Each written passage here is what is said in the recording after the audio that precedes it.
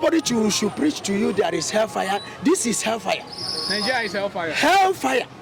There is no way somebody who went through Nigeria or who came and suffer all this evil will come and still want to suffer again in hellfire. This is our hellfire. Whereby you don't. It's not sudden. This thing that is happening to us is not sudden to us. He told us that there is Sabado, there is this. It's over. It's over. Me personally, I'm fed up. I have nothing to say about any justice. This man, Tinubu, told you that he wished there is another way. But there's no way. You don't know it's an impeachment statement. In a civilized world, where people who gave you the mandate to pioneer the affairs of a country, you tell them that you don't know how to go about it again. You show them incompetence. So it's clueless. You are clueless. You don't have to remain there. You give people chance who have what it takes to drive the economy, to come in and make it work, to foster the economy. People are dying. People are sick. They cannot access common basic necessity of medical health care. Declare because of this is critical right now. Is that what you're saying? The state of emergency that I'm clamoring for is the Nigerian youth. We are sleeping and slumbering. There is no way, if you leave labor to do it, they will always compromise. Because we have people who are so much in love with their stomach. That is stomach infrastructure. Our politicians are very much inclined with their stomach. As they come up for your house, you go to change your, you go to change, you go to carry 16 cheese chain. They change your pot, change everything we get for her because what's in the happen now? People they steal pot of soup. They are now. You got the thief now, and even the thief common tomato we pay they sell for my tray market. Can't get the pot of soup. Pot of soup, if pot of soup, a big boy now. You got the thief now, and the thief that thief these days though. These days now, hunger radio these days for people. Hunger. No joy. Street is not friendly. Everybody fair. Everybody eye they shine. How you they manage, bros? Me? You. Yeah. We are problem to ourselves. No, it's not only the government. We're also contributing to the hardship that we're experiencing. Yes, the ruling is okay for me, for my side. Collect dollar for election. I follow chop the dollar. You follow chop the dollar. Yes. You still enjoy now. Tomorrow morning I go enjoy till tomorrow morning. So make Tinubu continue. May continue ruling. All right. So, but what I'm seeing now, I think I'm being disappointed because what I'm seeing is not what I expect of him. It's not what I expected of him. So I don't know what to say anymore. How does it feel right now living in Nigeria? Man, the whole thing is just getting the whole thing is getting out of hands. You know, it's becoming unbearable. You know, something you buy today, 1 naira, tomorrow or next tomorrow you buy it 8 naira, and it's very bad. So he should do something. He has the power to do something that like the one he did by arresting those Brody change people, those people that are changing dollars. I thought that was a good job. And when he arrested them, something the dollar rate dropped from 1,950 to 1,600. He should carry that hand up, you know, in the various places, agencies and all that, even the business people, the bank, the places you know you need to touch. Because in Nigeria, if you are just laughing with people, they will be taking advantage of you.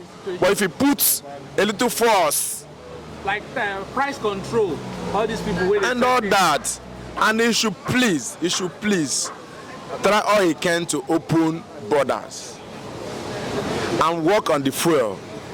I believe with those two things, everything will be all right somehow. But you don't get joy now, bros. Man, me say you don't touch me because my generator fees I don't travel. My generator now for like 2 months I never on up. I can't even want to rent the generator, but I pity the generator may no spoil. You know what I'm saying? So the president and the Federal Executive Council and the legislators and legislative, they should do something because the whole thing is becoming unbearable. And they said an hungry man is an angry man. They should do something before the thing. Of course, I am. All right, thank you. The thing has touched me so much. So please, President, President Tinubu and my own brother Eze Bonwanyeso Wike. Please, you people should do something. I mean, the FCT minister. People should do something so that everywhere will be okay. All right, thank you very much. Thank you. This is one I'm buying with them. Thank you. Yeah. To every average Nigerian, we know we are living in Nigeria is a very big disappointment. In fact, like I was talking to a friend where I was coming from. Yeah. He was in Dubai. Yeah.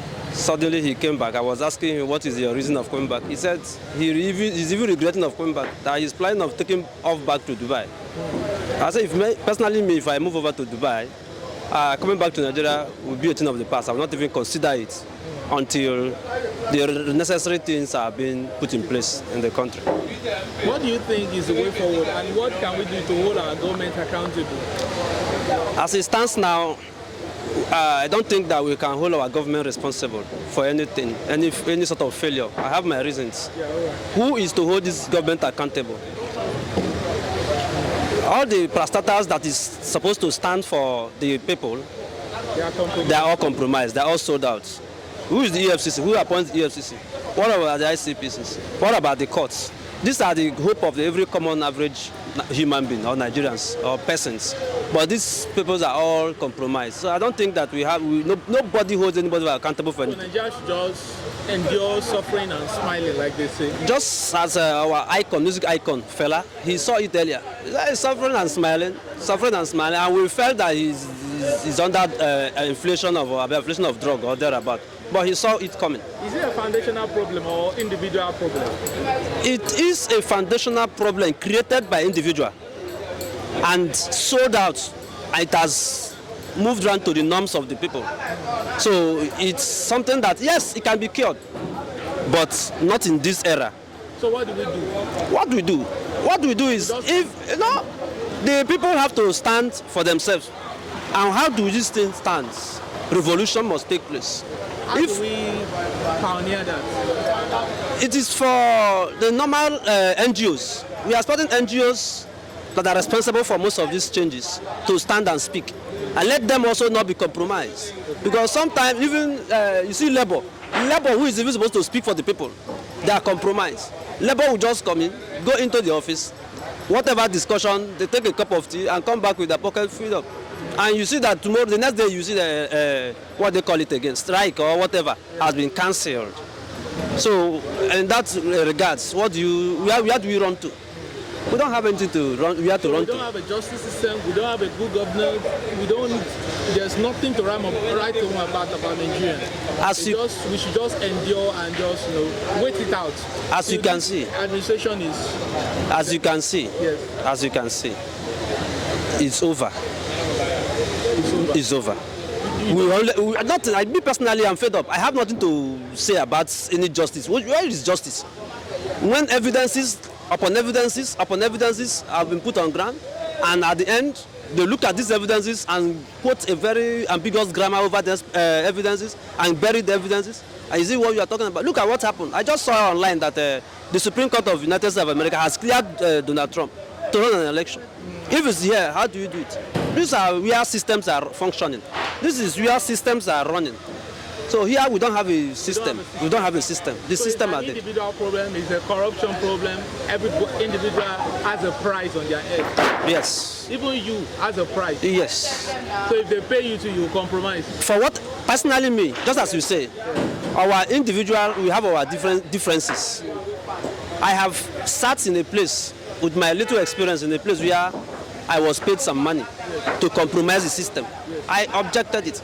In fact, what I'm having in my pocket here now, look at it. It's 3 copies of different letters. Trying to clear my name from ambiguous altercation. That if I compromise, it will also kill the system that we find ourselves inside. So if I could open this letter, you see that I will not. I exempted myself from it and then made an expose of what is killing the system. I am not that kind. I am not that kind. So Tinubu is not competent. That's what you are saying. Well, President Tinubu. Whether he's competent or he's not competent, I am not saying he's not competent. I am not saying he's competent. We are watching at him. Already, the system is already gone. We have failed. So what will you say of this current administration? For me, I have nothing to say about this current administration because I have not seen any improvements in what we know. Sometimes you think if you are going back to Egypt, it will be better than living in Egypt.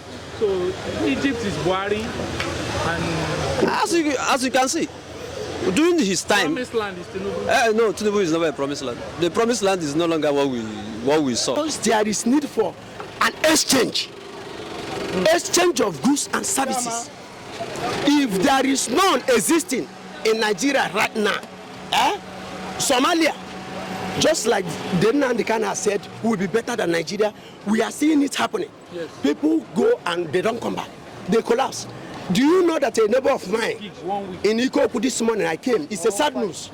They told me he's dead. Who is that? Ike, you might know him. He's dead this morning, and nobody has money to take him to mortuary. We are contributing money to take him to mortuary. What happened to him? He's sick now. He's sick. Is anything working in Nigeria? Your hospitals are not working. Your educational system is not working. Your telecommunication system, nothing is working. And you want to drive the economy. How possible is it? You are not doing anything. You are not producing anything.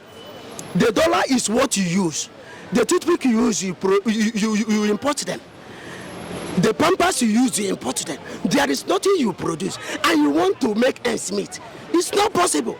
So when you see people engage in criminality, you see people doing one thing or the other to survive, you don't criticize them.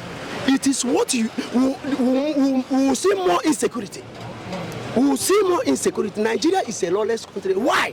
Rate this current administration. Zero. I don't need to rate